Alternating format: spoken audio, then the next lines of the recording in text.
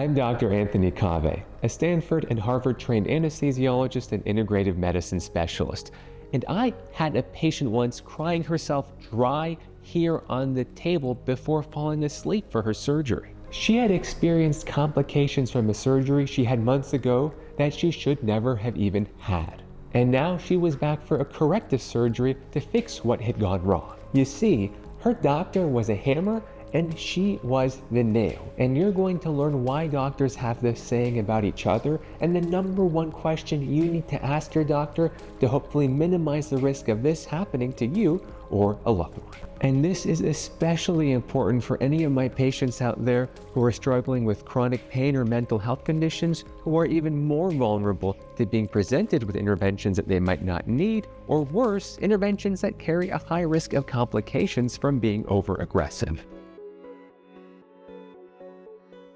So back to the story. This patient was crying and sobbing, and the whole operating room here was looking at me, too scared or too shy to do anything. I used every trick I had in the book to calm her down. A little bit of propofol, a little bit of midazolam, putting my hand on her forehead, and even holding one of her hands after I asked for permission. I even asked the surgeon to hold her other hand. I do everything I can for my patients to fall asleep without intense emotions, because that can influence their surgery and how they wake up, and even increase the risk of complications after surgery. I talk about that in other videos. Eventually, this young woman literally cried herself to sleep, at which point I induced general anesthesia. We went to sleep, we did the surgery, and the surgery itself actually went quite well. But the patient woke up with that similar intense emotion. She woke up sobbing and crying, and I later learned that she developed a severe depression that lasted for months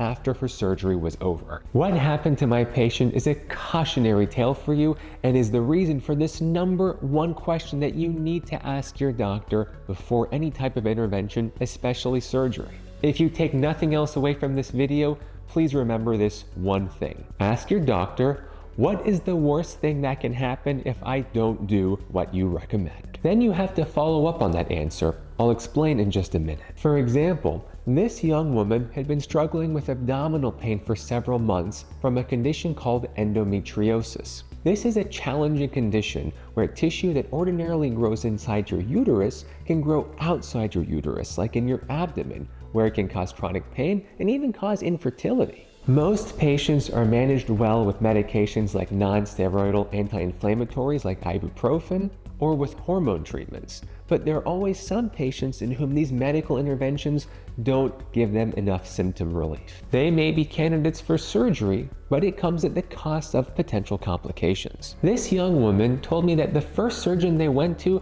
was well known for endometriosis surgery. Now, I'm not blaming anyone here, but if you have endometriosis and you go to a specialist who does endometriosis surgery, you shouldn't be surprised if they recommend surgery. And this is why we say, when you're a hammer, everything looks like a nail. Unfortunately, that young woman's first surgery left her with scar tissue that was more painful than her original endometriosis pain. And when I met her, it was for her second corrective surgery to literally cut up that scar tissue to hopefully relieve the pain. And you can see why she felt so defeated that second time. I'm very sensitive to this hammer and nail problem. When a patient comes to me for a specific treatment like IV ketamine, the Stellate Ganglion Block, genetic testing, or hormone balancing, I am very careful to have a conversation to make sure that the patient understands the risks, benefits, and alternatives to anything that I recommend. Because I want every patient to be confident and comfortable. Otherwise, I don't want them to be my patient, and I'd rather support them in finding the right provider or right treatment that they are comfortable and confident in. Your doctor needs to support your autonomy and your wishes. Before we move on to the structure of how to talk with your doctor about this, remember to hit the like button and subscribe to keep up with all my videos, and leave a comment if you or any loved ones have ever struggled with endometriosis or know what I'm referring to. Your experiences help so many others speak up for themselves, and they all really appreciate it.